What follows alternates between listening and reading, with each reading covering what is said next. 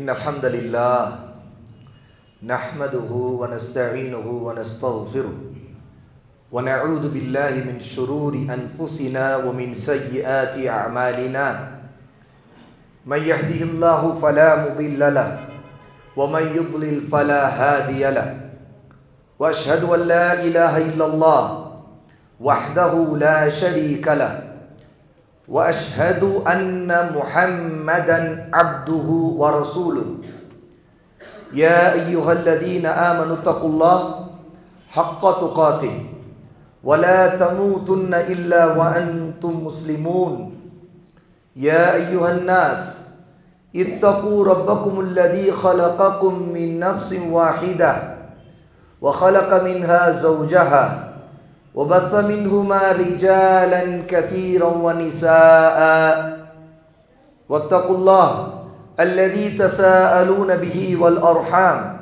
إن الله كان عليكم رقيبا يا أيها الذين آمنوا اتقوا الله وقولوا قولا سديدا يصلح لكم أعمالكم ويغفر لكم ذنوبكم ومن يطع الله ورسوله فقد فاز فوزا عظيما أما بعد فإن أصدق الحديث كتاب الله وأحسن الهدي هدي محمد صلى الله عليه وسلم وشر الأمور محدثاتها وكل محدثة بدعة وكل بدعة ضلالة وكل ضلالة في النار எல்லா புகழும் அல்லாஹ்வுக்கே உரியது. அவனையே புகழ்கிறோம், அவனிடமே உதவி தேடுகிறோம், அவனிடமே பாவ மன்னிப்பையும் கேட்கிறோம். நம்முடைய கெட்ட எண்ணங்களை விட்டு கெட்ட செயல்களை விட்டு அல்லாஹ்விடம் பாதுகாவல் தேடுகிறோம். அல்லாஹ் யாருக்கு நேர் வழி காட்டி விட்டானோ அவர்களை வழிகெடுப்பவர்கள் யாரும் இல்லை. அல்லாஹ் யாரை வழிகேட்டில் விட்டு விட்டானோ அவர்களுக்கு நேர்வழி காட்டுபவர்கள் யாரும் இல்லை. வணக்கத்திற்குரிய இறைவன் அல்லாஹ்வை தவிர வேறு யாரும் இல்லை. அவன் தனித்தவன், அவனுக்கு இணை துணை யாரும் இல்லை என்று நான் சாட்சி சொல்கிறேன்.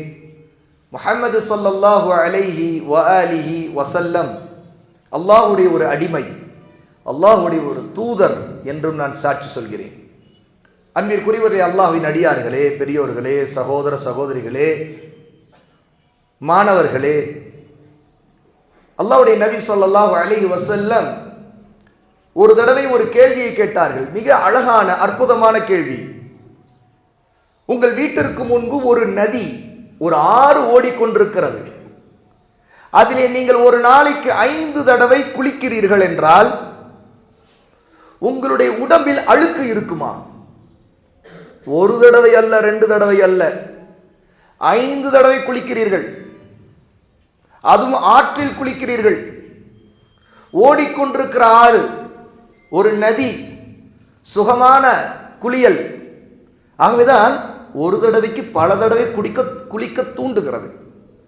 ரசூலுல்லாஹ் சொல்லக்கூடிய இந்த உதாரணத்தில் பல செய்திகள் இருக்கிறது. உங்கள் உடம்பில் அழுக்கு இருக்குமா? 5 தடவை குளித்தால்? சஹாபா ரலியல்லாஹு அன்ஹும், நம்முடைய நபியின் தோழர்கள் பதில் சொன்னார்கள், அல்லாஹ்வின் தூதரே, அழுக்கே இருக்காது.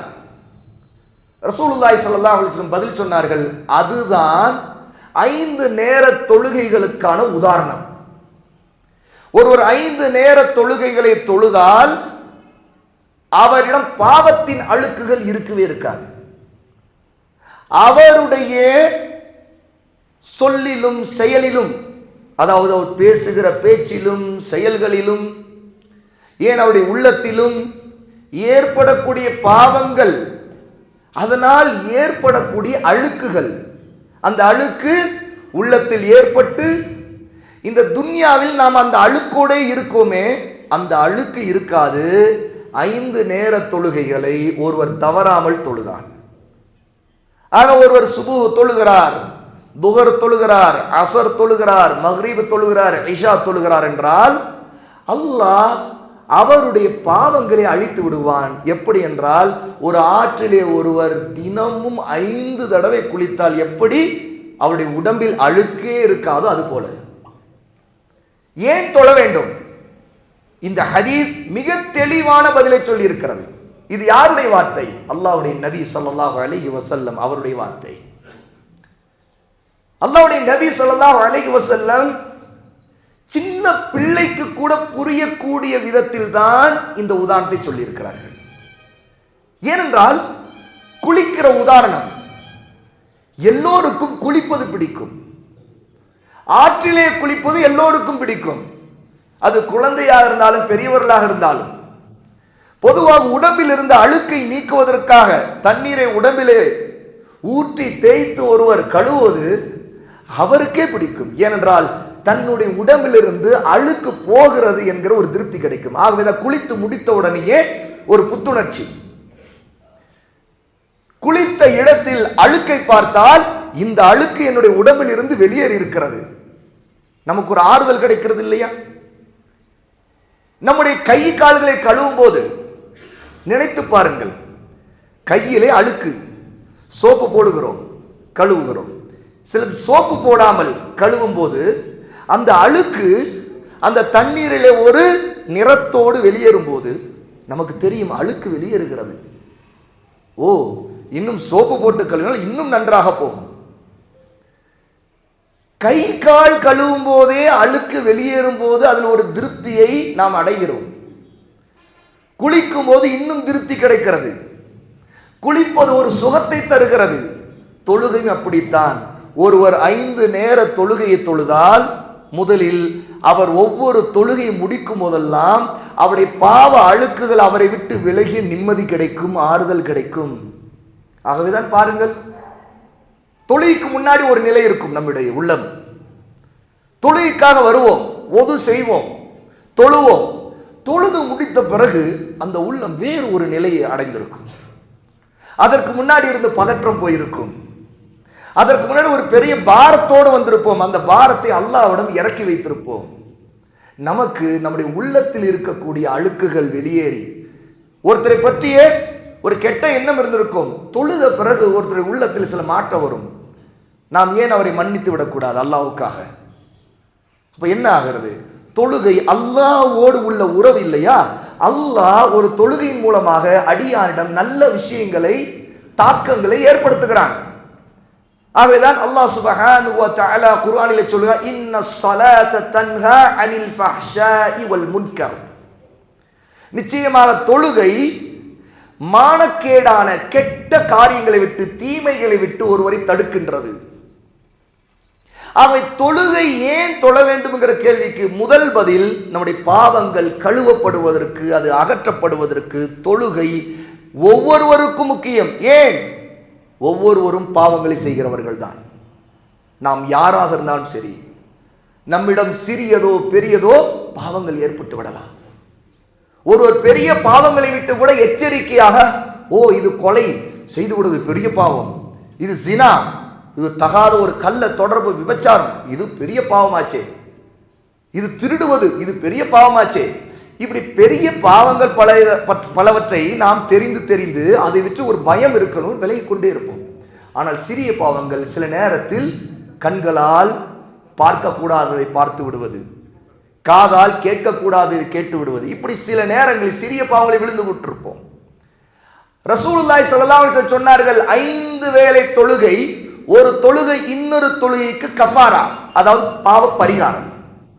ஒருவர் ஒரு தொழுகையை தொழுகிறார் என்றால் அந்த வேளை தொழுகையை தொழுது முடித்தவுடன் முந்திய நேர தொழுகையில் அவரிடம் ஏற்பட்ட சிறு பாவங்கள் எல்லாம் அப்படி அகற்றப்பட்டு விடும். தொழுகையில் மட்டுமல்ல, தொழுகைக்கு முன்னாடியே ஒது செய்யும் போதே நம்முடைய பாவங்கள் கழுவப்படுகிறது. அல்லாஹ்வுடைய நபி ஸல்லல்லாஹு அலைஹி வஸல்லம் சொன்னார், ஒரு ஒது செய்யும் போது அவருடைய உறுப்புகள் கழுவப்படும் போது, முகத்தை கழுவும்போது கண்களால் நடந்த பாவங்கள், சிறு பாவங்கள், பார்க்கக்கூடாது பார்த்தது, ஆகவே அந்த பாவங்கள் கழுவப்படுகிறது. கைகளால் ஏற்பட்ட சில பாவங்கள் அது கழுவப்படுகிறது. கால்களால் ஏற்பட்ட சில பாவங்கள் கழுவப்படுகிறது. ரசூலுல்லாஹ் சொன்னார்கள், விரலுடைய நகக்கண், நகங்கள் இருக்குது, அந்த நகத்துடைய விளிம்பு, நகக்கண்கள் வழியாக தண்ணீர் சொட்டும் போது கழுவுகிறோம், கைகளை கழுவுகிறோம், தண்ணீர் சொட்டுகிறது இல்லையா? இந்த தண்ணீர் கடைசி சொட்டு விழவில அந்த சொட்டுக்களோடு நம்முடைய பாவங்களும் கழுவப்பட்டு வெளியேறுகிறது. இமாம் முஸ்லிம் ரஹிமஹுல்லாஹ் இந்த ஹதீஸை பதிவு செய்கிறார். ஏன் தொழ வேண்டும்? இதுதான் முதலில் நாம் அல்லாஹ்விடம் பாவங்களால் தண்டிக்கப்பட்டு விடுவோமே என்ற பயம் நமக்கு இருந்தால் அதிலிருந்து தப்பிப்பதற்கு தொழுகைதான் முதல் வழி என்கிற அறிவு நமக்கு வரும் சகோதரர்களே. ஆனால் என்ன ஆகிறது தெரியுமா? தொழுகையை விடுவதை கொண்டு மிகப்பெரிய பாவத்தை செய்கிறோம். தொழுவதை கொண்டு பாவங்களை அகற்றவும் கழுவவும் அல்லாஹ் நமக்கு வழிகாட்டி இருக்கிறான். ஆனால் தொழுகையை தொழாமல் விடுவதை கொண்டு பாவங்களை அதிகமாக ஆக்கிக்கொண்டே போக நாம் ஒரு வழியை போட்டுக்கொண்டே போகிறோம். இது எவ்வளவு பெரிய முரண்பாடு பார்த்தீர்களா? ஒன்றுக்கொன்று முரணாக இருக்கிறது. அல்லாஹ் தஆலா தொழுகை பாவங்களை விட்டு தடுக்கிறது சொல்லுகிறான். ஒருவர் தொழாமலேயே இருக்கிறார், அது எவ்வளவு பெரிய பாவம். அப்படி என்றால் அவர் தொழாத பாவத்தால் இன்னும் பல மானக்கேடான பாவங்களில் விழுவதற்கு வாய்ப்பு இருக்கிறது. ஆகவேதான் இந்த உலகத்தில் அதிகமானவர்கள் தொழுவதில்லை. ஆகவேதான் அந்த அதிகமானவர்கள் பலர் பல மானக்கேடுகளை தீமைகளை இந்த பூமியில் பரப்பிக்கொண்டே இருக்கிறார்கள், துணிந்து செய்கிறார்கள். அவர்களுக்கு தக்குவா வருகிறதா? தொழுகை தக்குவாவை ஏற்படுத்துகிறது. ஒருவன் தனக்கு அந்த தொழுகைக்கு முன்னாடி சில நேரத்தில் ஏதோ இச்சைக்கு ஆளாகி ஏதோ உணர்ச்சி வசப்பட்டு அல்லது ஏதோ ஒரு ஷைத்தானிய தூண்டல், ஷைத்தான் தூண்டிவிட்டதால் சில பாவங்களை செய்து விட்டால் கூட அவன் தொழுகையாளியாக இருக்கும்போது அவனுடைய உள்ளத்தில் உறுத்தல், ஒருவித குத்தல், இப்படி செய்து விட்டோமே என்கிற வருத்தம், கவலை அவனை பிடிக்கிறது. பிறகு இதற்கு என்ன வழி? அல்லாஹ்விடம் திரும்புவதுதான் என்று அவன் புரிந்து கொள்கிறான். அவன் தௌபாவின் பக்கம் திரும்ப அவன் தொழுகையின் பக்கம் திரும்புகிறான். சகோதரர்களை, சலாத்து தௌபா மறக்கடிக்கப்பட்ட ஒரு சுன்னா. சலாத்து தௌபா, தௌபாவுக்கான தொழுகை. 2 ரக்காயத்துகள் ஒருவர் தொழுது தான் செய்த பாவங்களுக்காக அல்லாஹ்வோட மன்னிப்பு கேட்கிற சலாத்து தௌபாங்கிற 2 ரக்காயத்துடைய சுன்னா இன்று உலகத்தில் பலரால் மறக்கடிக்கப்பட்டு விட்டது. ஆக ஒரு பாவம் செய்து விட்டால் அவன் தொழுகையின் பக்கம் திரும்பினால் அவன் அல்லாஹ்வால் மன்னிக்கப்பட்டவனுடைய உள்ளம் உண்மையிலேயே தான் வருந்தக்கூடிய நிலையில் அவன் இருந்தான் என்றால், இனி ரப்பே நான் இதை செய்ய மாட்டேன் என்று வாக்குறுதி கொடுப்பவனாக இருந்தால் என்றால் அல்லாஹ் அவனை அரவணைக்கிறான், மன்னிக்கிறான். என்றால் அல்லாஹ் யார்? அத்தௌவா, தௌபாவை ஏற்றுக்கொள்ளக்கூடியவன். அப்ப தௌபாவை ஏற்கக்கூடிய அந்த ரஹ்மான், கருணையாளன், தன்னை தொழுது தன் பக்கம் திரும்ப சொல்லுவதன் மூலம் நம்மை பாவங்களிலிருந்து பாதுகாக்க ஆசைப்படுகிறான். ஆனால் தொழுகை விடுவதாலேயே மிகப்பெரிய பாவத்தை செய்யக்கூடியவர்கள் இருக்கிறார்கள். அது எவ்வளவு பெரிய பாவம்? ரசூலுல்லாஹி ஸல்லல்லாஹு அலைஹி வஸல்லம் சொன்னார், அல் அஹ்து அல்லதி பைனனா வ பைனஹும் அஸ்ஸலாஹ் மன் தரகஹா ஃபகத் கஃபர. என்ன அர்த்தம் தெரியுமா? ரசூலுல்லாஹ் சொல்லுகிறார்கள், இறை நிராகரிப்பாளர்களான அவர்களுக்கும் நம்மை அல்லாத யார் இருக்கிறாரோ அவர்களும் இறை நிராகரிப்பாளர்கள். அப்படித்தானே? முஸ்லிம்களை தவிர்த்து, ஈமான் கொண்டவர்கள் தவிர்த்து மற்றவர்கள் யார்? குஃபார், இறை நிராகரிப்பார், அல்லாஹ்வை நிராகரித்தவர்கள், அவனுடைய மார்க்கத்தை ஏற்காதவர்கள், அவருடைய தீனை பின்பற்றாதவர்கள், அவருடைய நபியை பின்பற்றாதவர்கள், அவருடைய குர்ஆனை ஏற்காதவர்கள். அவர்களுக்கும் நமக்கும் இருக்கக்கூடிய ஒப்பந்தம் எது தெரியுமா? அஸ்ஸலா, தொழுகைதான். அதாவது இறை நிராகரிப்ப, நான் இறை நம்பிக்கை உள்ளவன் அப்படிங்கிறதுக்கு அல்லாஹ்வோட நம்ம எந்த ஒப்பந்தத்தை வச்சிருக்கோம்னா தொழுகை தான் வச்சிருக்கிறோம். தொழுகை தான் உண்மையிலே அல்லாஹ்வுக்கு நமக்கு இருக்கிற ஒப்பந்தம். அவங்களுக்கு அந்த ஒப்பந்தம் இல்லை. அவங்க அல்லாஹ்வோட அந்த வாக்குறுதி அளிக்கல, அது இல்லை. அல்லாஹ்வை நிராகரித்த மக்கள் இந்த ஒப்பந்தம் செய்து கொள்ளல. அல்லாஹ்வே உன்னை மட்டும் வணங்குவோம் அப்படின்னு ஒப்பந்தம் பண்ணல.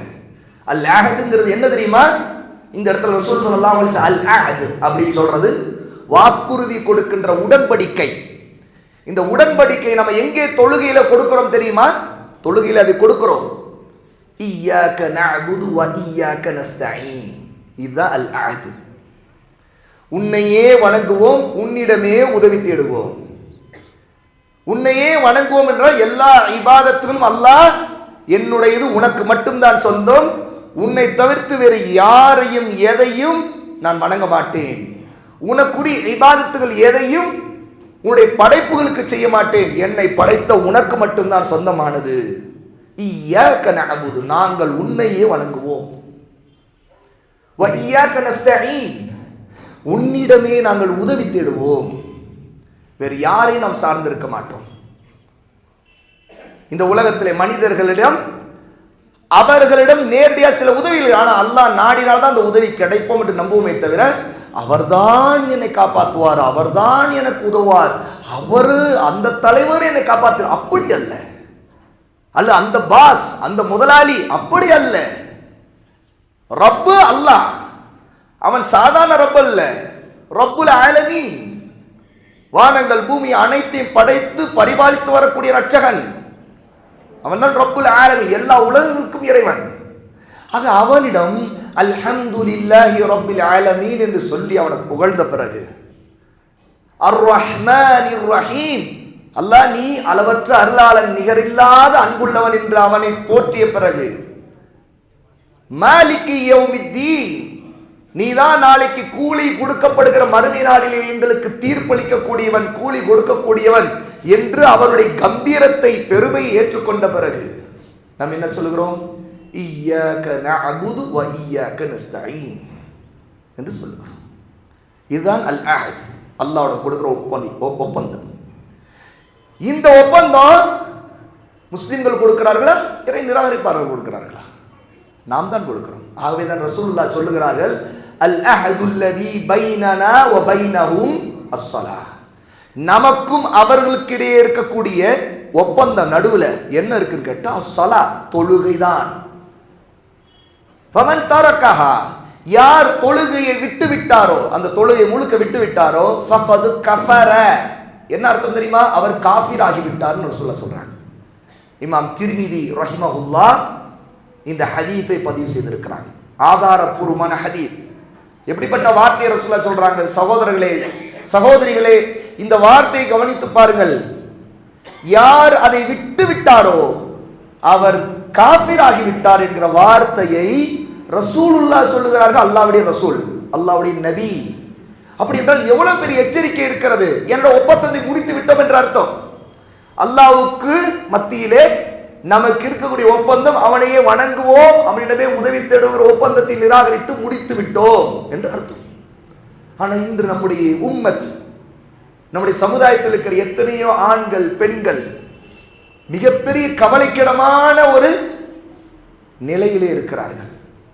ரமதானிலே மாஷா அல்லாஹ் தொழுதார்கள், ஆனால் அதற்கு பிறகு மஸ்ஜிதின் பக்கம் அவர்கள் வருவதில்லை. நினைத்து பாருங்கள் சகோதரர்களே, ரசூலுல்லாஹி ஸல்லல்லாஹு அலைஹி வஸல்லம், உங்களுக்கு உங்கள் வீட்டிற்கு முன் ஒரு ஆறு ஓடிக்கொண்டிருக்கிறது, தினமும் அதில் குளிக்கிறீர்கள், அப்படி என்றால் அழுக்கு இருக்குமா என்று கேட்கும்போது ரசூலுல்லாஹ் சொன்னது, உங்களுக்கு முன்னிலையில் உங்கள் வீட்டிற்கு முன்னே ஒரு ஆறு ரமதானில் ஓடிக்கொண்டிருக்கிறது, அந்த ரமதானில் நீங்கள் 5 தடவை குளிக்கிறீர்கள் என்று சொல்லி அதுதான் 5 நேர தொழுகை என்றா சொன்னார்கள்? அல்ல ரசூலுல்லாஹ். ஏனென்றால் ரமதானில் மட்டும்தான் நம்முடைய பாவங்களை கழுவி கொள்ள வேண்டுமா? ஆனால் மக்கள் என்ன நினைக்கிறார்கள்? வருடம் முழுக்க செய்த பாவத்தை ரமதானில் கழுவி விட்டோம், அடுத்து திரும்ப வருடம் முழுக்க செய்வதை அடுத்த ரமதானிலே பார்த்துக் கொள்வோம் என்று நினைக்கிறார்கள். அல்லாஹ் பாதுகாக்க வேண்டும். எவ்வளவு பெரிய அறியாமை, அல்லது அப்படித்தான் ஒரு வித புரிதல் நம்முடைய வாழ்க்கையில் இருக்கிறது. அவை தொழுகைக்கு கொடுக்க வேண்டிய முக்கியத்துவம் நம்முடைய வாழ்க்கையில், நம்முடைய வேலைகளில் இருக்கிற, நம்முடைய அலுவல்களில் இருக்கிற பல விஷயங்களுக்கு முன்னிலையில் அது அத்தனைக்கு பின்னாடி இருக்கிறது. எவ்வளவு பின்னாடி தெரியுமா? எவ்வளவு பின்னாடி என்றால் ஒரு 11 மாசம் பின்னாடி இருக்கிறது. ஏன்? ரமதான் அடுத்து 11 மாசத்துக்கு பிறகுதான் வரும். அப்ப 11 மாசத்துக்கு பின்னாடி கொண்டு போய் வச்சுட்டா அதுதான் நாம் தொழுகைக்கு வைத்திருக்கிற, அல்லாஹ்வை வணங்குவதற்கு வைத்திருக்கிற இடம். இன்னைக்கு உம்மத்துடைய நிலை இது. இது உண்மையிலே கவலை அளிக்கக்கூடியதா இல்லையா? நாம் அல்லாஹ்வுக்கு அஞ்ச வேண்டாமா சகோதர சகோதரிகளை? தவறாமல் தொழக்கூடியவர்கள் அவர்கள் அதிலிருந்து அடுத்த கட்டத்திற்கு அல்லாஹ்வை நெருங்குவதன் மூலம் கடமையை நிறைவேற்றுவதோடு இன்னும் உபரியான நஃபீலான இபாதத்தின் பக்கம் போக வேண்டும். ரசூலுல்லாஹ் சொன்னாங்க, அல்லாஹ் சொல்லுவதாக ஹதீஸ் குதுசியிலே ரசூலுல்லாஹ் சொல்கிறார், அல்லாஹ் சொன்னதாக, என்னுடைய அடியான் நான் அவனுக்கு எதை கடமையாக்கி இருக்கிறேனோ அந்த கடமையான செயல்களை கொண்டுதான் அவன் என்னை நெருங்க முடியும். அல்லாஹ்வை நெருங்குவதற்கு கடமைகள் தான் முதலாவது. அப்படி என்றால் 5 நேர தொழுகைகள் ஒருவரை அல்லாஹ்வின் பக்கம் நெருக்கமாக்கும். ஆனால் தொழுகை விட்டு தூரமாக தூரமாக நாம் வேறு வேறு ஏதேதோ வேலைகள், இந்த உலகத்தின் தேவைகள், அதிலே நாம் நெருக்கமாக இருக்கிறோம். நம்முடைய கடை நெருக்கம்னா எவ்வளவு? கடைக்கு உள்ளேயே இருக்கிறோம், ராவும் பகலும் இருக்கிறோம், கண் விழித்தோனே கடைக்கு ஓடுகிறோம். ஆனால் கண் விழித்தோனே கடைக்கு ஓடக்கூடிய நாம் வாங்க சொன்ன உடனேயே அல்லாஹ்வின் வீட்டிற்கு ஓடி வருகிறோமா? இது நினைக்க வேண்டாமா? பக்கத்திலே கடைகள் இருக்கிறது, பள்ளிவாசல்கள் இருக்கிறது. கடை தெருவில் பள்ளிவாசல்கள் இருந்தால் உண்மையிலே கடை தெருவில் இருப்பவர்கள் ஒரு விஷயத்தை ஞாபகத்தில் வைத்துக் கொள்ள வேண்டும். என்ன தெரியுமா? அல்லாஹ்வுடைய நபி ஸல்லல்லாஹு அலைஹி வஸல்லம் கடை தெருவில் இருக்கக்கூடியவர்களுக்கு சொன்னது போலவே ஒரு விஷயத்தை சொன்னார்கள். என்ன தெரியுமா? இந்த பூமியிலேயே அல்லாஹ்வுக்கு மிக பிரியமான இடம் பள்ளிவாசல்கள், மஸ்ஜிதுகள். மிகவும் வெறுக்கத்தக்க இடம் கடைத்தெரு. இதை முதல் கடைத்தெருக்கு போகிறவர்கள் நினைக்க வேண்டும் இல்லையா? ஏன்? கடைத்தெருவில் போகும்போது, கடைகளிலே நாம் பொருளை வாங்கும் போது, விற்கும் போது, இந்த உலகத்தின் தேவைகள் நம்மை அப்படியே பிடிக்க ஆரம்பிக்கிறது. அல்லது ஆசைகள், பேராசைகள், அல்லது பாவங்கள், பொய்கள். ஏன்னா கடையில் ஒருத்தர் விற்கிறார், வாங்குகிறார் என்னும்போது பல நேரத்தில் அவர் பொய்களை சொல்கிறார். வாங்குகிறவர் ஏமாற்றுகிறார், அல்லது விற்பவரை வாங்குகிறவர் ஏமாற்றுகிறார், அல்லது விற்கக்கூடாத விஷயங்களை அவர் விற்கும் பொழுது அந்த வாங்கக்கூடாத விஷயத்தை வாங்குவதற்கு அவரும் போகிறார். அப்ப இது எல்லாமே எங்கே நடக்கிறது? கடை தெருவில் நடக்கிறது. நபி ஸல்லல்லாஹு அலைஹி வஸல்லம் ஏன் அல்லாஹ்வுக்கு மிகவும் வெறுக்கத்தக்க இடம் கடை வீதியை சொன்னார்கள்? இது காரணம். ஆனா அப்படி இந்த பக்கம் பார்த்தால் மஸ்ஜிது அல்லாஹ்வுக்கு மிக பிடித்தமானது. ஏன்? ஏனென்றால் பொய், புரட்டு, ஒருவனை ஏமாற்றுவது, துரோகம் செய்வது, வாக்குறுதி மாறுவது, ஹராமானதின் பக்கம் தேடுவது, ஹராமானதை உண்பது, இப்படிப்பட்ட விஷயங்கள், இந்த உலகத்தையே நோக்கமா வைத்துக் கொண்டு வாழ்வது, இப்படிப்பட்ட விஷயங்கள் பள்ளிவாசலில் இருக்காது. பள்ளிவாசலில் முழுக்க தேடல் அல்லாஹ்வின் பக்கம் இருக்கும், அவனுடைய மன்னிப்பின் பக்கம் இருக்கும், அவனுடைய சொர்க்கத்தின் பக்கம் இருக்கும். ஏனென்றால் அல்லாஹ் சுப்ஹானஹு வ தஆலா சொல்லுவார், வஸாரிஉ இலா மக்ஃபிரத்தின் மிர் ரப்பிக்கும், உங்களுடைய ரப்பின் மன்னிப்பின் பக்கம் விரைந்து வாருங்கள், சொர்க்கத்தின் பக்கம் விரைந்து வாருங்கள். அது வானங்கள் பூமியுடைய அகலத்தை விட மிக பெரியது. இதன் பக்கம் விரைந்து வாருங்கள் சொல்லி அழைக்கும் போது நாம் கடைத்தெருவுக்கு ஓடுவோமா, பள்ளிவாசலுக்கு ஓடுவோமா? பள்ளிவாசல் பக்கம் ஓடுவோம். ஆனால் கடைத்தெருவில் இருந்து கொண்டு பள்ளிவாசலின் பக்கம் வராமல், அல்லது ரமதானில் மட்டும் வந்துவிட்டு பிறகு மற்ற தொழுகைகளுக்கு அதே ரமதானில் சொல்லப்பட்ட பாங்கு தானே ரமதான் அல்லாத நேரத்தில் சொல்லப்படுகிறது. ஏன் சகோதரர்களே, அந்த நேரத்தில் அதே பாங்கு உங்களுக்கு நினைவூட்டிய பிறகும் நீங்கள் கடை தெருவில் உங்களுடைய கடையிலேயே உட்கார்ந்து கொண்டு அந்த தொழுகையின் நேரத்தை, அந்த ஜமாத்தை விடுகிறீர்கள். அல்லது அதே நேரத்தில் நீங்கள் விற்பனை செய்யும் போது இன்னொரு முஸ்லிம் ஜமாத்திற்கு போக வேண்டிய ஒருத்தர் அவர் ஜமாத்திற்கு போகாம உங்களிடம் கொடுக்கல் வாங்கலில் ஈடுபடுகிறார். அப்படி என்றால் ஒரு பக்கம் நீங்கள் போகாததோடு இன்னொரு பக்கம் நீங்கள் வாங்க வந்தால் உங்களுக்கு நான் சேவை செய்வேன், ஏன்னா நான் போகவில்லை, நீங்களும் போகாதால் தானே பிசினஸ் பண்ணுவோம். இப்படிப்பட்ட உலக ஆசைக்கான தூண்டுகிற வேலை கடை தெரு செய்கிறது. உண்மையா இல்லையா? அப்போ ஒருவர் தானும் கெட்டு மக்களையும் கெடுக்கிற வேலையை செய்வதுதான் அது. இதே ஜும்மாவுடைய விஷயத்தில் ரசூலுல்லாஹி ஸல்லல்லாஹு அலைஹி வஸல்லம் அல்லாஹ் தஆலா என்ன ஆயத்தை இறக்கினான் நினைத்து பாருங்கள் சகோதரர்களே. யா அய்யுஹல்லதீன ஆமனூ இதா நூதிய லிஸ்ஸலாஹ் மின் யௌமில் ஜும்ஆ ஃபஸ்அவு இலா திக்ரில்லாஹ் வதருல் பைஅ ذلكم خير لكم إن كنتم تعلمون. அல்லாஹ்வை ஈமான் கொண்ட மக்களே, வெள்ளிக்கிழமை நாளில் ஜும்ஆ தொழுகைக்காக அழைக்கப்பட்டு விட்டால், பாங்கு சொல்லப்பட்டு விட்டால், இந்த பாங்கு தொழுகைக்கான பாங்கு மட்டுமல்ல, ஏன்னா இனிமேல் தானே தொழுகை நடக்கும். இந்த பாங்கு குறிப்பா மிம்பர்ல இமாம் ஏறுகிற நேரத்தில் உள்ள பாங்கு. மிம்பர்ல இமாம் ஏறிய பிறகு ஒருவர் என்ன செய்ய வேண்டும்? அப்படி அந்த பாங்கு சத்தம் கேட்டுவிட்டால் அடுத்து அவர் என்ன செய்ய வேண்டும் என்றால், அவர் விரைந்து பள்ளிவாசலுக்கு வர வேண்டுமா. இது முதல் கட்டளை. ஸ்லோவா இல்லை, சீக்கிரமா சரியான நேரத்துக்கு வந்துடணும். அலட்சியமா இல்லை, ஸ்லோனா அவசர அவசரமா அல்ல, அதற்கு பேரு நிதானமாக வர வேண்டும். ஆனால் அலட்சியம் சோம்பேறித்தனத்தில் போலாம் போலாம் அப்படின்னு அல்ல. இல்ல இல்ல பயான் முடிக்கிற நேரம் பார்த்து போவோம், இல்ல இல்ல இந்த தொழுகை அத்தையாத்தில் இருக்கிற நேரத்தில் அடைஞ்சிடலாம். உண்மையிலேயே ஜும்மாவுடைய தொழுகையில் பலருக்கு, நம்முடைய மக்களுக்கு சட்டம் தெரியாது. அத்தஹியாத்துடைய நிலையில் ஜும்மாவுடைய தொழுகையில் வந்து நீங்க அடைந்தால் நீங்கள் ஜும்மாவை அடைய மாட்டீர்கள் சகோதரர்களே. மற்ற தொழுகைகளிலே நீங்கள் அத்தஹியாத்துடைய இருப்பில் அடைந்து விட்டால் அந்த தொழுகை அடைவீர்கள். உண்மையா இல்லையா? இமாம் தொழுகை நடத்துகிறார் சாதாரண நேரங்களில், துஹருடைய நேரமே எடுத்துக்கொள்ளுங்கள். நீங்கள் வந்து சேரும் போது இமாம் சலாம் சொல்வதற்கு முந்தைய நேரம், நீங்கள் அல்லாஹ் அக்பர் சொல்லி அத்தஹியாத்துக்கு உட்கார்ந்து விட்டீர்கள். உங்களுக்கு அந்த துஹருடைய ஜமாத் கிடைத்ததா இல்லையா? கிடைத்து விட்டது. பிறகு நீங்கள் விடுபட்ட அந்த ரக்காத்தில் எழுந்தொழுவீர்கள். ஏன்னா 4 விடுபட்டு விட்டது, ஆகவே 4 எழுந்தொழுவீர்கள். பிறகு நீங்கள் ஓதி சலாம் சொல்வீர்கள். இது மற்ற நேர தொழுகைகளுக்கான சட்டம். ஆனால் ஜும்ஆவுடைய தொழுகையை பொறுத்த வரைக்கும் ஒரு ரக்காத்தாவது அடைந்திருக்க வேண்டும். அப்போதுதான் உங்களுக்கு ஜும்ஆ கிடைத்தது என்றே அர்த்தம்.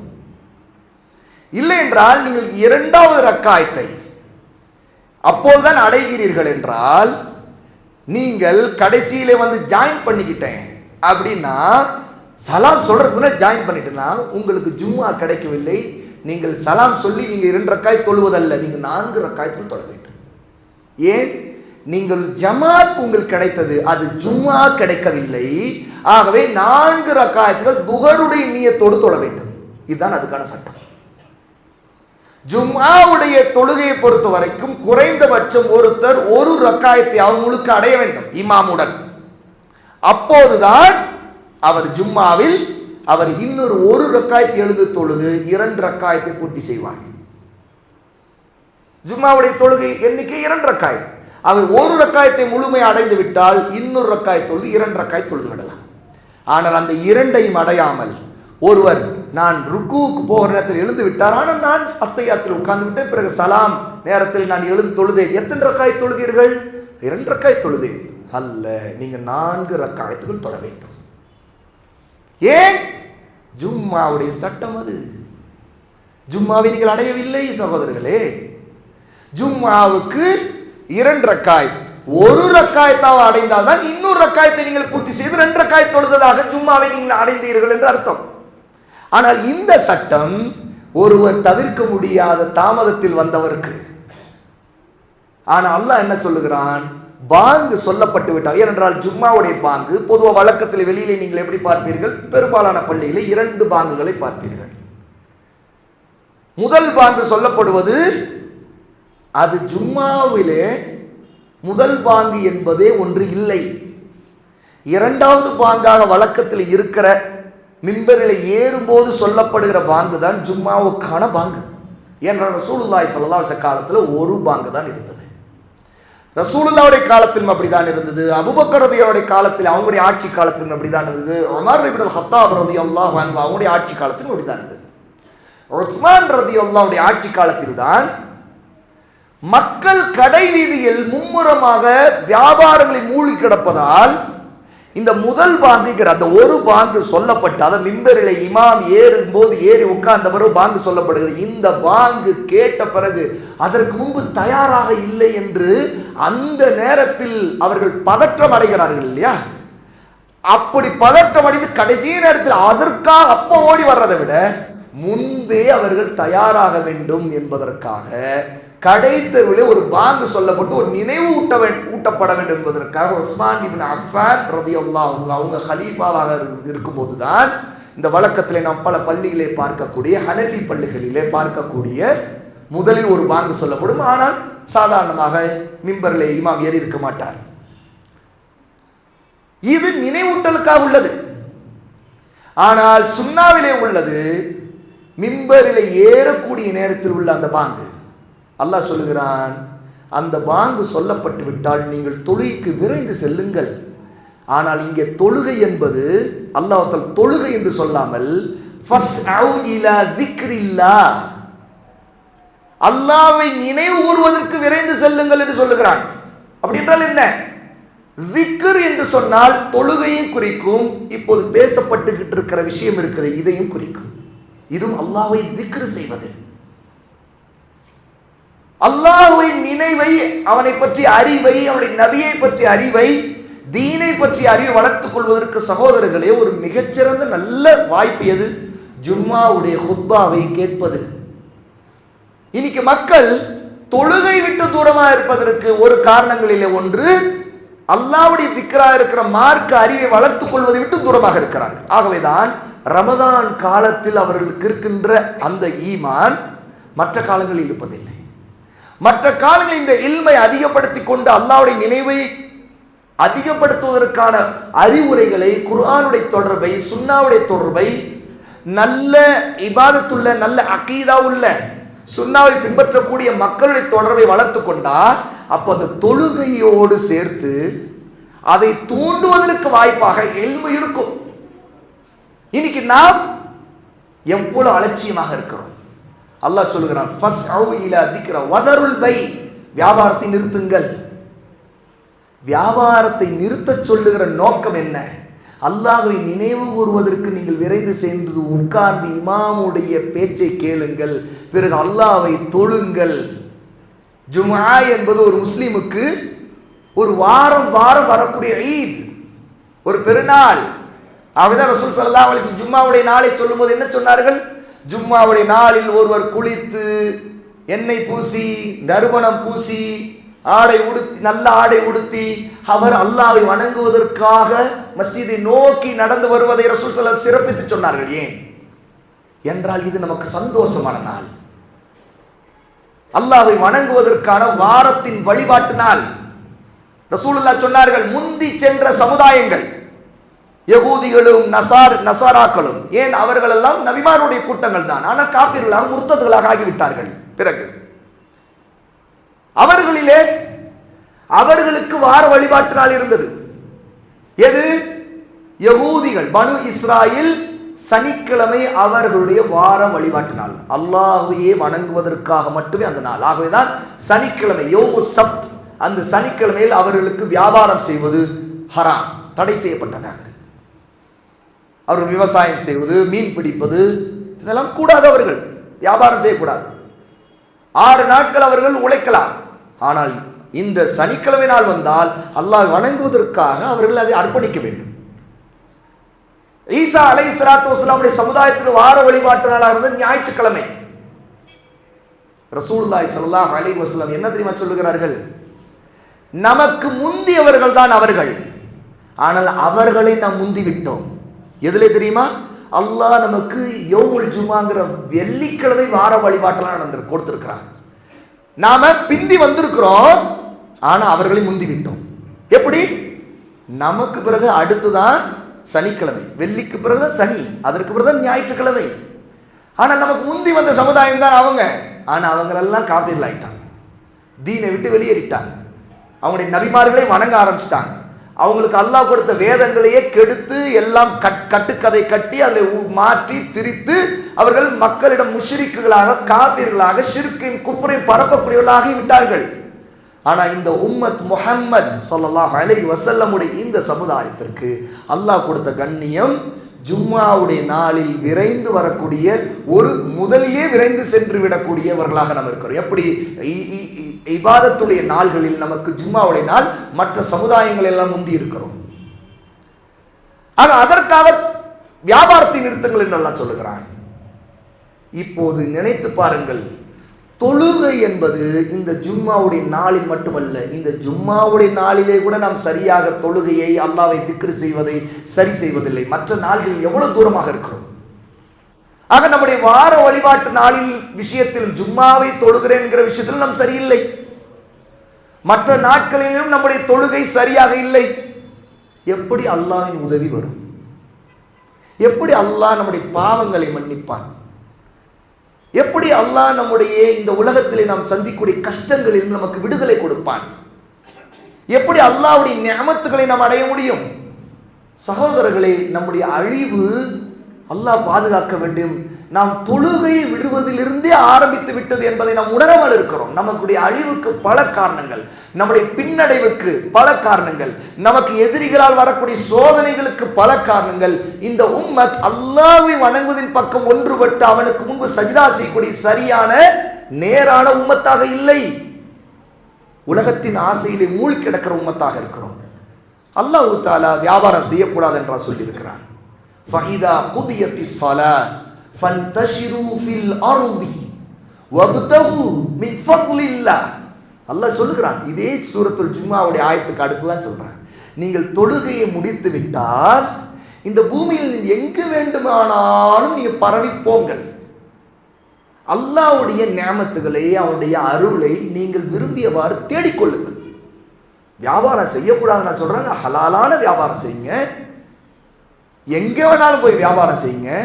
ஆனா அல்லாஹ் உங்களுடைய ரப்புக்கு செய்ய வேண்டிய அந்த நிஅமத்துக்கு செய்ய வேண்டிய நன்றியை, அவன் உங்களை படைத்ததை அதில் உண்மையா இருக்கக்கூடியவராக நீங்கள் இருந்து கொள்ளுங்கள் என்று அல்லாஹ் நம்மிடம் கட்டளையிட்டார். இதை நாம் புரிந்து கொள்ள வேண்டாமா? எப்படி நாம் ரமதானில் மட்டும் தொழுது விட்டு மற்ற நாட்கள் தொழாமல், பக்கத்திலேயே வீடுகள் இருக்கிறது, ஆனால் சுபுஹுடைய பாங்கு கேட்கப்படுகிறது, அஸ்ஸலாத்து கைரும் மினன் நௌம், தூக்கத்தை விட தொழுகை மிகவும் மேலானது அப்படிங்கிற இந்த தெளிவான நம்முடைய மண்டையிலே உரைக்கக்கூடிய செய்தி ஒவ்வொரு நாளும் சுபுஹுடைய தொழுகையிலே முஅத்தின் அதான் சொல்லக்கூடியவர் இந்த வாசகத்தை சேர்த்து சொல்கிறார். மற்ற நேரத்தில் சொல்லுவதில்லை, அந்த நேரத்தில் சொல்லுகிறார். ஏனென்றால் தூங்குகிற மக்களை எழுப்பக்கூடிய வாசகம் அது. மற்ற நேரத்தில் மக்கள் தூங்க மாட்டார்கள். ஏன், என்ன செய்துட்டு இருப்பார்கள்? வியாபாரத்திலே பிஸியாக இருப்பார்கள். தூங்கி கொண்டுதான் வியாபாரம் செய்ய முடியுமா? கடையில் யாராவது தூங்கி கொண்டிருக்கிறாங்களா? யாரும் தூங்க மாட்டாங்க. மற்ற நேரத்தில் இந்த வாசகம் இல்லை. ஆனால் சுபுஹுடைய நேரத்தில் அஸ்ஸலாத்து கைரும் மினன் நௌம், தூக்கத்தை விட தொழுகைதான் மிகவும் மேலானது அப்படிங்கிற வாசகத்தை சொல்றேன். நம்ம காதுக்கு கேட்கவும் செய்யுது இல்லையா? நாம் அது கேட்கிறதா இல்லையோ, ஆனால் உண்மையிலேயே அந்த நேரத்தை அடைகிறோம் என்பதை தெரியாமல் தான் நாம் தூங்கி எழுகிறோமா? இல்லை. எழும்போது உண்மையில் நமக்கு ஒரு உறுத்தல் வந்ததாக இருந்தால், நாம் சுபுகை இன்று தவறிவிட்டோம் என்று உறுத்தல் வந்தால், நாம் அந்த நேரத்தில் அல்லாஹ்வை நினைத்திருக்கிறோம். அந்த நேரத்தில் அல்லாஹ்வை நாம் தொழுவதை கொண்டு நினைக்காமல் விட்டதற்காக வருந்துகிறோம் என்ற அர்த்தம். ஆனால் அந்த உறுத்தலை வரவில்லை என்றால் நாம் அல்லாஹ்வுக்கு நன்றி கொன்றவர்கள். அல்லாஹ் ஹயாத்தை கொடுத்திருக்கிறான், அன்றைய நாளை கொடுத்திருக்கிறான். கண் விழித்தோம் இல்லையா? எத்தனை பேருக்கு அல்லாஹ் தான் நாடியவர்களுக்கு அவர்கள் தூங்கும் போது அவருடைய ரூஹை பறிக்கிறான். விழித்த பிறகு தெரிந்து இன்றைய நாள் கிடைத்து விட்டது. அல்ஹம்துலில்லாஹி அல்லதி அஹ்யானா பஅதமா அமாதனா வ இலைஹின் நுஷூர். அந்த துஆ ஓதவே, நாம ஓத வேண்டுமே. என்ன அர்த்தம்? அல்ஹம்துலில்லாஹ், அல்லாஹ்வுக்கு தான் எல்லா புகழும் நன்றியும். அல்லதி அஹ்யானா, அவன்தான் எங்களுக்கு உயிர் கொடுத்து எழுப்பி விட்டான். பஅதமா அமாதனா, நாங்கள் செத்த பிறகு இது நடந்து விட்டது. ஏன், இதுக்கு முன்னால் தூங்கி கொண்டிருந்த நேரத்தில் செத்து இருக்கிறோம். ஒரு தற்காலிக சாவது. ஏன், தூக்கங்கிறது ஒரு தற்காலிகமான மரணம். என்ன நடக்குன்னு தெரியாது. எப்படி ஒரு பிணம், ஒரு ஜனாசா, ஒரு மையத்துக்கு தன்னை சுற்றி என்ன நடக்குன்னு தெரியாது, அதுபோல நம்மை சுற்றி என்ன நடக்குன்னு தெரியாது. ஒரு மையத்தை ஒருவன் கத்தியில குத்த போனான் என்றால் மையம் தடுக்குமா? தடுக்காது. தூங்கி கொண்டிருக்கிற ஒருத்தரை பார்த்து கத்தியால் ஒரு குத்த போனால் தூங்கி இருக்க தடுப்பாரா? தடுக்க மாட்டார். என்ன அர்த்தம்? அவருடைய ரூஹ் அந்த நேரத்தில் அவருடைய கட்டுப்பாட்டில் இல்லை. அல்லாஹ்வுடைய கட்டுப்பாட்டில் இருக்கிறது. அல்லாஹ் தான் பாதுகாத்துட்டு இருக்கிறான். திரும்ப அவனுடைய கருணையால் தான் திரும்ப ஹயாத்தை, வாழ்க்கையை கொடுக்கிறான். திரும்ப கண் விழிக்கிறோம். சுப்ஹானல்லாஹ், எவ்வளவு ஆச்சரியம்! கண் விழித்த பிறகுதான் தெரிகிறது, ஓ நம்ம கனவு கண்டோமோ, அப்படி பார்த்தோம் இப்படி பார்த்தோம், இதெல்லாம் கனவா? பாருங்கள், அல்லாஹ் சுப்ஹானஹு வ தஆலாவுடைய குத்ரத் அல்லாஹ் நமக்கு புரிய வைக்கிறான். நான் உனக்கு ஒரு உலகத்தை காட்டினேன், பல காட்சிகளை காட்டினேன், நீ அதெல்லாம் உண்மை நம்பின. இப்ப விழிச்ச பாரு, இப்பதான் உண்மை. அதுக்கு முன்னாடி காட்டினதெல்லாம் கனவு. அது நிஜமா பார்க்கல, நீ இப்ப பார்க்க போற. இதுதான் உலகம். இப்போ உனக்கு உயிர் கொடுத்திருக்க, நீ விழிச்சிருக்கிற. சுப்ஹானல்லாஹ். ரப்ப நினைச்சுக்கிட்டு இருந்தா, ரப்புடைய நியமத்துகளை நினைச்சு பார்த்தா, நாம அந்த நேரத்தில் ரப்ப நினைச்சா அந்த சுபூக விட்டதற்காக ஒரு குற்ற உணர்ச்சி உண்மையில நம்ம குத்துமா இருக்காது. சகோதரர்களை நினைத்து பாருங்கள். ரசூலுல்லாஹி ஸல்லல்லாஹு அலைஹி வஸல்லம் என்ன சொல்லுகிறார்கள்? யார் சுபூகை தவற விட்டு விட்டாரோ அவருடைய காதில் இப்லீஸ், ஷைத்தான் மூத்திரம் அடித்து விட்டான். ஆனால் யார் சுபூ தொழுகை எழுந்தாரோ அவருடைய நிலை என்ன தெரியுமா? ஷைத்தான் அவருடைய கழுத்து பிடரிலே போட்ட 3 முடிச்சுகளை அவிழ்த்து விட்டார். ஒருவர் சுபூக்காக எழுந்தால், அல்லாஹ்வை புகழ்ந்தால், அல்ஹம்துலில்லாஹி அல்லதி அஹ்யானா பஅதமா அமாதனா வ இலைஹி நுஷூர் என்று ஓதினார், முதல் முடிச்சு அவிழ்ந்துவிடும். ஷைத்தான் போடக்கூடியது. இரவிலே ஷைத்தான் நாம் தூங்கும் போது போடக்கூடிய 3 முடிச்சுகளுடைய வரலாறை ரசூலுல்லாஹ் சொல்கிறார். தினமும் நடக்கிறது. அதை அவிழ்ப்பதற்கு முதல் வழி அல்லாஹ்வை நினைப்பது, zikr. இரண்டாவது வழி வுது. அடுத்து எழுந்தவர் துஆ செய்தார், அடுத்து வுது செய்ய போகிறார். போறார், ஒண்ணுக்கு போறார், ரெண்டுக்கு போறார், வுது செய்கிறார். வுது செய்த உடனே இரண்டாவது முடிச்சு அவிழ்ந்து விடுகிறது. மூன்றாவது முடிச்சு ரசூலுல்லாஹ் சொல்கிறார்கள், அல்லாஹ் அக்பர் என்று அவர் அல்லாஹ்வுக்கு முன்பு தொழுகையில் நின்று விட்டால் மூன்றாவது முடிச்சும் அவிழ்க்கப்பட்டு விடும். இதை சொல்லிவிட்டு ரசூலுல்லாஹ் இது ஏன் சொல்லுகிறார் என்பதற்கு செய்தியை சொல்லுகிறார்கள். யாருக்கு இந்த 3 முடிச்சு அவிழ்க்கப்பட்டு விட்டதோ அன்றைய நாளில் அவருக்கு அந்த நாள் சுறுசுறுப்பாக இருக்கும், பரிசுத்தமாக இருக்கும், பரக்கத்து நிறைந்ததாக இருக்கும். ஆனால் யார் அந்த நாளில் இந்த 3 முடிச்சுடைய கட்டிலேயே அதே ஷைத்தானுடைய கட்டளை சிக்கி கொண்ட நிலையில் எழுந்தார், அதாவது தொழுகல, அவ்வளவுதான், சுபுக்கு போயிடுச்சு அப்படின்னா அன்றைய நாளில் அவருக்கு அது ஒரு நஷ்டமாக இருக்கும். அன்றைய நாளில் அது அவருக்கு ஒரு சோம்பேறித்தனமாக விடியும் சொல்றாங்க. அப்ப தொழுகை ஏன்? அது நமக்கு நன்மை. ஒவ்வொரு தொழுகைக்கும் இந்த நன்மையை சொல்ல முடியும், பல விதமான நன்மைகளை சொல்ல சொன்னார். அதே சுபுவுடைய முன் சுன்னத் ரசூலுல்லாஹ் என்ன சொன்னார்கள்? சுபுவுடைய முன் சுன்னத் இந்த உலகம், இந்த உலகத்துல அனைத்தை விட சிறந்ததுன்னு சொன்னார். சுப்ஹானல்லாஹ். அப்படின்னா என்ன? நம்ம பார்க்கிற அனைத்தை விட, பார்க்காத அனைத்தை விட, இந்த உலகத்திலே, இந்த உலகத்தை எல்லாம் விட சிறந்தது என்றால் சுபுவுடைய முன் சுன்னத் 2 ரக்காயத்து. அப்ப பரலுடைய நன்மை எவ்வளவு இருக்கும்? சுப்ஹானல்லாஹ். அதை நம்ம கற்பனை பண்ண முடியாது. அப்போ சுபுவுடைய பரலுடைய சிறப்பை சுபுவுடைய பரலுக்கு முன்னாடி உள்ள சுன்னத்துடைய சிறப்பை வச்சே தெரிஞ்சுக்கலாம். ஆனா அந்த பரலுடைய சிறப்பு, அதனுடைய நன்மையே நமக்கு தெரியவே தெரியாது. ஏன்னா இங்க சுன்னத்துக்கு இந்த உலகம், இந்த உலகத்துல அனைத்தையும் விட சிறந்துட்டாங்க ரசூலுல்லாஹ். பிறகு என்ன சொல்றேன்? சுப்ஹானல்லாஹ். சகோதரர்கள், ஏன் நாம் தொழுகை விட்டு தூரமாக இருக்கிறோம்? கவலைப்பட வேண்டாமா? சகோதரிகளை நினைத்து பாருங்கள், எத்தனை பேர், சிலர் பலர் தொழுகை விட்டு தூரமாக இருக்கிறார்கள்.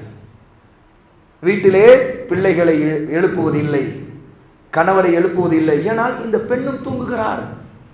இரவில் விடிய விடிய கணவன் மனைவி பிள்ளைகள் போனை பார்த்துக்கிட்டு, டேப்ல ஏதாவது பார்த்துக்கிட்டு, டிவியில ஏதாவது பார்த்துக்கிட்டு, அல்ல வெட்டியா பேசிக்கிட்டு நேரத்தை வீணடிச்சு நம்முடைய வாழ்க்கையை தொழுகைக்குள்ளதான் கட்டுப்பட்டு இருக்கு. தெரியுமா சகோதரர்கள்? இஷாவுடைய தொழுகையை வச்சுதான் ரசூலுல்லாஹ் சொன்னாங்க, இஷாவுடைய தொழுகைக்கு பிறகு உலக பேச்சுக்களை பேசக்கூடாது, தூங்கணும் அப்படின்னு சொன்னாங்க. விதிவிலக்கு எங்க தெரியுமா? இஷாவுடைய பேச்சுக்கு, இஷாவுடைய தொழுகைக்கு பிறகு உலக பேச்சுனா எதுல தெரியுமா அனுமதி இருக்குது? கணவன் மனைவி 2 பேரும் சந்தோஷமா இருக்கிறது பேசிக்கலாம், அது மட்டும் தான் ரசூலுல்லாஹ் அனுமதி கொடுத்தாங்க. அல்லது மார்க்க தேவை, மார்க்கத்தை கற்றுக்கொள்ள, மக்களுக்கு சேவை செய்ய ஒரு மனிதனுடைய நேரத்தை தர வேண்டிய சூழல் இருக்குதுல்ல, அந்த நேரத்தை அவன் இஷாவுடைய தொழுகைக்கு பிறகும் நேரத்தை செலவழிக்கலாமா? மற்ற எதிலும் இஷாவுடைய தொழுகைக்கு பிறகு ஒருவன் ஈடுபடக்கூடாது. ஆரோக்கியத்தையும் ரசூலுல்லாஹ் வச்சிருக்கிறாங்க. ஆனால் பாருங்கள், இஷாவுடைய தொழுகைக்கு பிறகும் இஷா தொழாமலும் எத்தனையோ பேர் மொபைலே மூழ்கி கிடக்கிறார்கள், அல்லது வியாபாரத்திலே மூழ்கி கிடக்கிறார்கள், அவர்கள் சாப்பிடுவதிலே மூழ்கி கிடக்கிறார்கள்.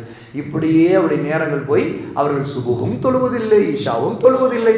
சுபுகும் இஷாவும் தொழாமல் போய்விட்டால் மற்ற தொழுகையும் தொழமாட்டார்கள் அர்த்தம். அல்லாஹ் நம்மை மன்னிக்க வேண்டும். சகோதர சகோதரிகளே, நம்முடைய காரியங்களில் சிந்தித்து நிதானித்து நம்முடைய தொழுகையில் கொண்டு அல்லாஹ்விடம் நம்முடைய மாற்றத்தை, நம்முடைய வாழ்க்கை மாற்றத்தை எதிர்பார்க்கிறேன். அல்லாஹ்வின் பக்கம் திரும்ப வேண்டும். நான் அல்லாஹ் நம்ம காரியங்களை லேசாக்குவான், நம்முடைய கஷ்டங்களை நீக்குவான், நம்முடைய வாழ்க்கை இன்னும் அழகாக ஆகும். அல்லாஹ் நமக்கு புரிந்த அருட்கொடைகளுக்கு நாம் நியமத்துகளுக்கு நன்றி செலுத்தினா அல்லாஹ் நமக்கு இன்னும் அதிகமாக தருவான். நிறைய பேர் என்ன நினைக்கிறாங்க, வியாபாரத்தை விட்டுட்டு போனா வியாபாரம் போயிடும், அந்த கஸ்டமர் போயிடுவாரு, அது போயிடும், இது அல்லது அவையிலையான நாம் வியாபாரம் இன்னும் விட்டு போனா அவ்வளவுதாங்க. எங்க இருக்கிறானுங்களே எல்லாம் திருட்டு பசங்களை வச்சு தான் வியாபாரம் பண்ணிட்டு இருக்கேன். எப்படி சொல்றாரு? சரிங்க, திடீர்னு நீங்க உடம்பு முடியாம படுத்த பிடிக்க இருக்கிறீங்க, திட்டு பசங்களை தான் பார்த்துக்குவாங்களா? அது ஒரு எமர்ஜென்சி, அது எமர்ஜென்சி. அப்ப அது எமர்ஜென்சி, இது எமர்ஜென்சி இல்லையா? அல்லாஹ்வை வணங்குவது அவருக்கு நன்றி செலுத்தி எமர்ஜென்சி இல்லையா? பொய், நிறைய பொய் சொல்லுகிறார்கள் சகோதரர்களே. மக்கள் பொய் சொல்லுவதுங்கிறது அவங்க சொல்லக்கூடிய சாக்கு போக்கள் எல்லாமே 100% அல்ல 1000% பொய்கள் தான். அல்லாஹ் பாதுகாக்கணும். இதை யாரும் மறுக்க முடியாது. மனசு நிஜமா நல்லா யோசிச்சு சொல்லுங்க, உண்மையிலே நீங்க இப்படித்தான் நீங்க நினைக்கிறாங்க இல்ல, பொய் தான். இல்லை, அல்லாஹ் நம்முடைய பரக்கத்தை நீக்கி விடுவான் சகோதரர்களே. நாம தான் அறிவாளி இல்லை. அந்த இடத்துல நாம் நினைக்கிறோம் அந்த கஸ்டமருக்கு அப்ப வியாபாரம் பண்ணிட்டா லாபம் இல்லை. அந்த நேரத்தில் அல்லாஹ்வுக்கு கோபப்படக்கூடிய, கோபத்தை ஏற்படுத்தக்கூடிய ஒரு காரியத்தை பண்றோம்னு அர்த்தம். அல்லாஹ்விடம் கோபத்தை ஏற்படுத்தினா பரக்கத்தா கிடைக்கும், லானத்து கிடைக்கும். ரப்புக்கு ஆம்பளைனா 5 வேளை தொழுகைக்கு ஜமாத் பக்கத்துல, இந்த பள்ளியா அந்த பள்ளி, எங்க பள்ளி வாசல் பக்கத்துல ஜமாத்ல போய் ஜாயின் பண்ணி அல்ஹம்துலில்லாஹ் 27 மடங்கு நன்மை. ஜமாத்துடைய நன்மை என்ன? தனியா தொழுவது 27 மடங்கு நன்மை. அதுவும் இமாம் ஜமாத்து. நினைச்ச நேரத்தில் நான் போய் நான் ஜமாத்து வச்சுக்கிறேன் இல்ல, இமாம் ஜமாத்தோடு தொழுவோம், அதுக்கு தான் 27 மடங்கு. மற்றதுக்கெல்லாம் அந்த நன்மை இல்லை. ஆகவே நாம் சீர்திருந்த வேண்டும், நிதானமாக நன்கு புரியும் விதமாக. சகோதரர்களே, இதை நினைவூட்டுகிறேன். அல்லாஹ் எனக்கும் நமக்கும் எல்லோருக்கும் நம்முடைய குடும்பத்தாருக்கும் நல்லறிவை தருவானாக. பாரக்கல்லாஹு ஃபீக்கும்.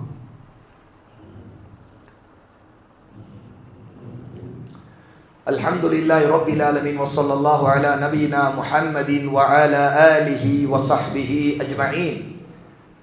அல்லாஹ்வுடைய அடியார்களே, அல்லாஹ்வுடைய நபி ஸல்லல்லாஹு அலைஹி வஸல்லம் இறப்பதற்கு முந்தி அதிகமாக நினைவூட்டிய விஷயம் தொழுகை, அஸ்ஸலா.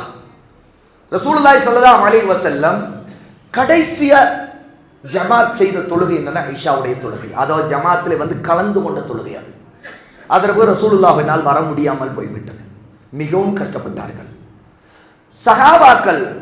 ரசூலுல்லாஹ்வுக்கு நோய் அதிகமாகி அவர்கள் இந்த உலகை விட்டு பிரிய போகிறார்கள் என்ற கவலையோடு ரசூலுல்லாஹ் பக்கத்திலே உட்கார்ந்து கொண்டு, ரசூலுல்லாஹ்வுடைய வீட்டை தேடி போய் உட்கார்ந்து கொண்டு இப்படி இருக்கிற ஒரு நேரத்தில் ஆயிஷா ரலியல்லாஹு அன்ஹா சொல்லுகிறார்கள், ரசூலுல்லாஹி ஸல்லல்லாஹு அலைஹி வஸல்லம் மக்ரிபுடைய தொழுகையை ரபியுல் அவ்வலிலே நடத்தி அவர்கள் மௌத்தாகருக்கு முந்திய அந்த குறிப்பிட்ட நாளில் மக்ரிபுடைய தொழுகையை நடத்திய பிறகு அதற்கு இஷாவுடைய தொழுகைக்காக மக்கள் காத்து கொண்டிருந்தார்கள், சஹாபாக்கள் எல்லாரும்.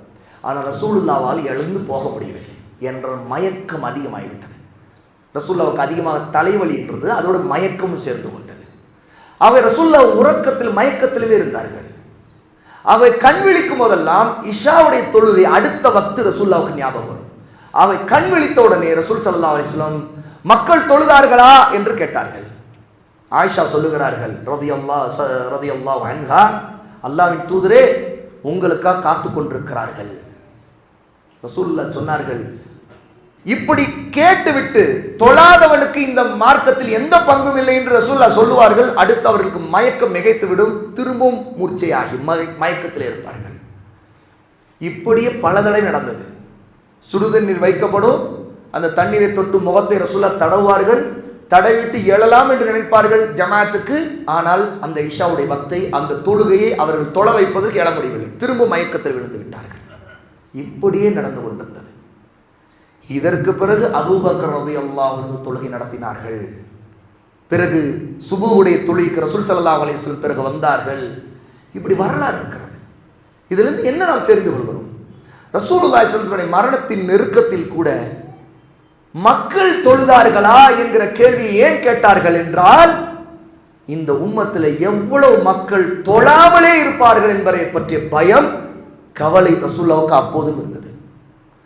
இந்த விஷயத்தை மூசா அலைஹிஸ்ஸலாத்து வஸலாம் 5 வேளை தொழுகை கடமையை பற்றிய விஷயத்தை மிஅராஜில் ரசூலுல்லாஹ் அல்லாஹ்வோட வாங்கி கொண்டு திரும்பும் போதே 6வது வானத்தில் மூசா சொல்கிறார், உங்களுடைய மக்கள் இதை செய்ய மாட்டார்கள் என்று. இன்று நம்முடைய நிலைமை அப்படி இருக்கிறது.